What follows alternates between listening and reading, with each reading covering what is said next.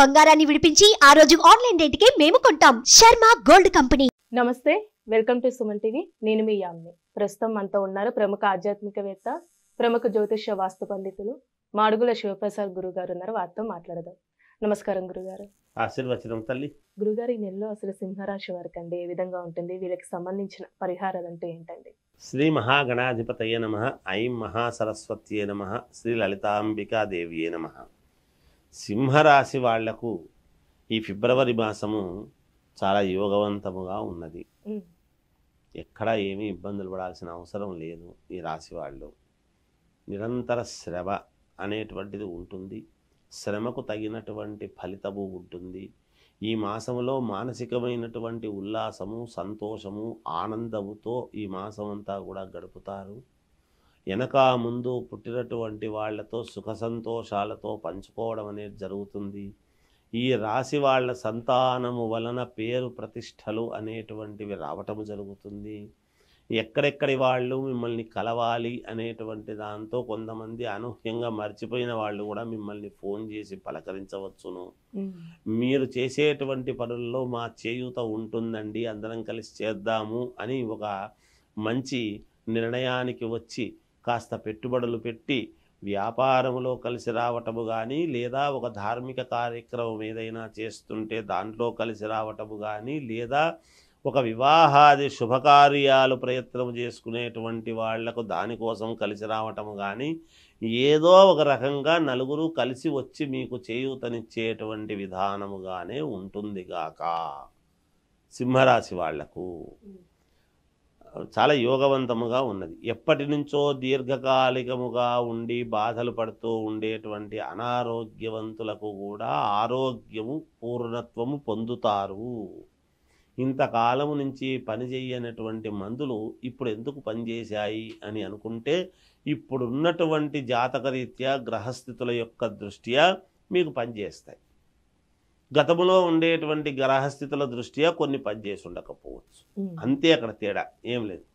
అది ఔషధం మనకు లోపల పట్టాలన్నా గ్రహస్థితులు అనుకోవాలి. దానికి దీనికి ఏం సంబంధము? డాక్టర్ కదా ఇచ్చేది. గ్రహస్థితులు ఏం సంబంధం అంటే, మన శరీరంలో మనకు తీసుకుంటున్నప్పుడు మన ఆరోగ్యం బాగుండాలి అని అనుకున్నప్పుడు మన గ్రహస్థితి కూడా మనకు అవసరం అవుతుంది. ఆ గ్రహస్థితే బాగుంటే డాక్టర్తో బంధిప్పించుకునే అవసరమే ఉండదు కదా. గుండ్రాయిలాగా తిరుగుతాం కదా. ఎందుకు? సూర్యభగవానుడు ఈ రాశి వాళ్లకు స్వక్షేత్రము ఇది కాబట్టి, సూర్యభగవానుడి యొక్క అనుగ్రహం ఉంటుంది కాబట్టి, అందువలన ఈ రాశి వాళ్లకు చాలా యోగవంతముగా ఉంటుంది. మానసికంగా చాలా సంతోషంగా ఉంటారు ఈ మాసము. వీళ్ళు చెప్పింది చెప్పినట్టు నలుగురికి జరుగుతుంది. ఈ నలుగురికి సహకారం చేసి పెడతారు. అందరినీ సమానముగా చూసేటువంటి మనస్తత్వం ఉంటుంది. విద్యార్థిని విద్యార్థులకు చాలా యోగదాయకముగా ఉన్నది ఈ రాశి వాళ్లకు. అంతేకాకుండా వ్యాపారాలు చేసుకునేటువంటి వాళ్లకు కొత్త వ్యాపారాలు చేసుకోవడానికి కావాల్సినటువంటి నిర్ణయాలు, కొత్త వాళ్ళతో పరిచయాలై ఆ దిశగా అడుగులు వేయడం అనేది జరుగుతుంది. గృహము కానీ లేదా వాహనము కానీ కొనుగోలు దిశగా కూడా ఆలోచనలు చేస్తారు. ఇక సినిమా రంగంలో ఉండేటువంటి వాళ్లకు అవార్డులు రావటము కానీ, గుర్తింపు రావటము కానీ జరుగుతుంది. రియల్ ఎస్టేట్ వ్యాపారంలో ఉండేటువంటి వాళ్లకు కూడా ఒక వెలుగు అనేటువంటిది ఈ మాసంలో తప్పకుండా చూస్తారు. తప్పకుండా జయం కలుగుతుంది. రాజకీయాలలో ఉండేటువంటి వాళ్లకు సూర్యుడి యొక్క అనుగ్రహము, సూర్యుడే గ్రహానికి ఇది కాబట్టి ముఖ్యం కనుక వాళ్ళ వ్యక్తిగతమైనటువంటి జాతకాలు చూసుకోవాలి. చాలా మహర్దశ పొందేటువంటి అవకాశాలు ఉన్నాయి వీళ్లకు. అలానే గురుగారు, ఇప్పుడు ప్రైవేట్ ఉద్యోగస్తులు కానీ గవర్నమెంట్ రంగానికి సంబంధించి వాళ్ళకి ఇలా ప్రమోషన్స్ అంటూ ఈ నెలలో ఉన్నాయా? మామూలుగా గవర్నమెంట్ ఉద్యోగాలు చేసుకునేటువంటి వాళ్లకు ప్రమోషన్స్ అని కాదు, కానీ అదనపు బాధ్యతలు ఇచ్చి కాస్త ఏదో డబ్బు ఉపకృతి అనేటువంటిది ఉంటుంది.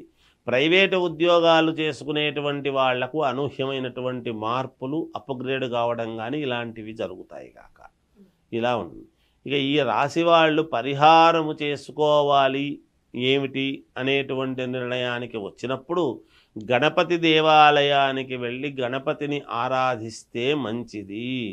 ఒక పసుపు ఆకుపచ్చని ఆకుపచ్చని ఒక రవిక ఇది తీసుకువెళ్ళి దాంట్లో అటుకులు బెల్లము తీసుకువెళ్ళి గణపతి దగ్గర పెట్టి 11 ప్రదక్షిణలు చేసి నమస్కారం చేసుకుంటే వీళ్ళకు మేలు జరుగుతుంది గాక. అంటే ఈ పరిహారం వీళ్ళకి ఈ రాశి వారికి ఉంటుందండి. అంటే ఈ నెలంతా చేయాలి ఇట్లా? ఈ నెల 4 సార్లు చేస్తారు, నెలలో 4 సార్లు చేస్తారు. ఆ నెలకు 4 సార్లు ఏముందమ్మా చేసుకోవటం. 4 సార్లు చేసుకోలేని వాళ్లకు ఒకసారి చేసుకున్నా సంతోషమే, వాళ్ళ సౌకర్యాన్ని బట్టి. ఖచ్చితంగా 4 సార్లు చేయాల్సిందే అని నేను చెప్పను. ఈ మాసములో కనీసం ఒక్కసారన్నా చేయండి, మేలు జరుగుతుంది మీకు. చాలా చక్కగా తెలియజేశారు గురుగారు, ధన్యవాదాలు.